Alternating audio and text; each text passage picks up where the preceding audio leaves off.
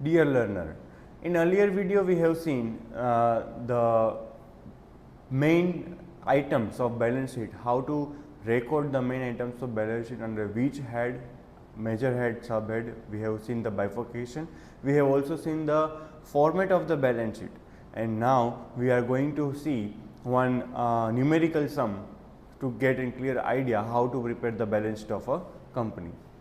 From the given particulars of Shine and Bright Company Limited as at 31st March 2017, prepare a balance sheet in accordance with the Schedule 3. आपको यहाँ पे preliminary expenses, 10% debenture, stock in trade, cash at bank, bills receivable, goodwill, loose tools, motor vehicle, provision for tax, इतनी items दी हुई है. आपको पता चल जाना चाहिए by reading only. Preliminary expenses part of non-current assets.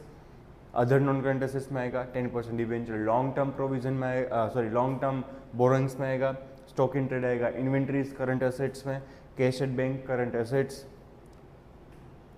Cash and cash equivalents में आएगा, बिल्स रिसीवेबल आएगा, ट्रेड रिसीवेबल में, गुडविल आएगा, intangible assets which is part of non current assets, loose tools inventories current assets, motor vehicle आएगा आपका, fixed assets, tangible assets, provision for tax आएगा, short term provision under the current liability. देखते हैं चलो balance sheet कैसे बनाते हैं.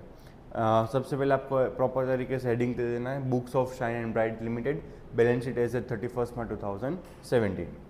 आपको यहाँ पे first of all you need to give the main headings. Equity and liability, उसमें फर्स्ट मेजर हेड आएगा शेयर कैपिटल, लेकिन यहाँ पे क्वेश्चन में शेयर कैपिटल नहीं दिया हुआ, शेयर होल्डर्स फंड नहीं दिया हुआ, तो शेयर कैपिटल हम नहीं लिखेंगे, डायरेक्टली लिखेंगे नॉन करंट लायबिलिटी जहाँ से स्टार्ट होता है.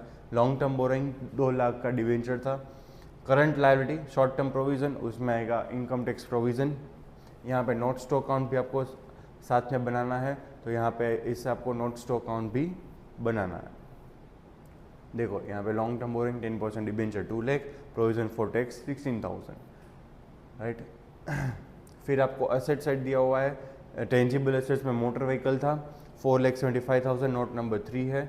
इंटेंजिबल एसेट्स वहाँ पे था preliminary expense 30,000, intangible assets sorry goodwill था, पेटेंट था 30,000 and other non current assets यानी कि प्रिलिमिनरी एक्सपेंस आएगा 2,40,000.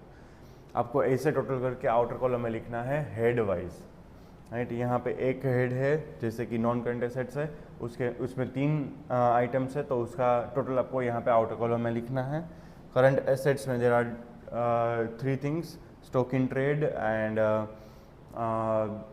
स्टॉक इन ट्रेड था एंड एक था, देखते हैं यहाँ पे है, हाँ लूज टूल्स, 2 चीज़ें थी 140 एंड 12,000, तो 152 हो गया.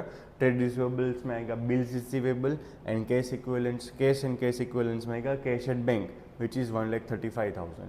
तो यहाँ पे नोट्स में आपको बाइफर्केशन करके सारी की सारी डिटेल्स लिखनी है, और यहाँ पे आपको ऐसे करंट एसेट्स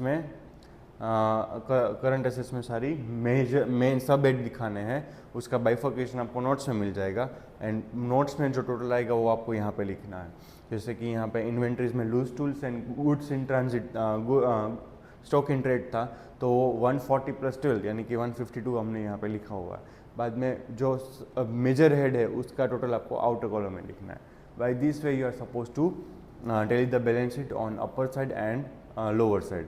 अपर साइड आएगा equity liability and lower side आएगा assets. So by this way, according to Schedule 3 of the Companies Act 2013, you are supposed to prepare the balance sheet. Thank you.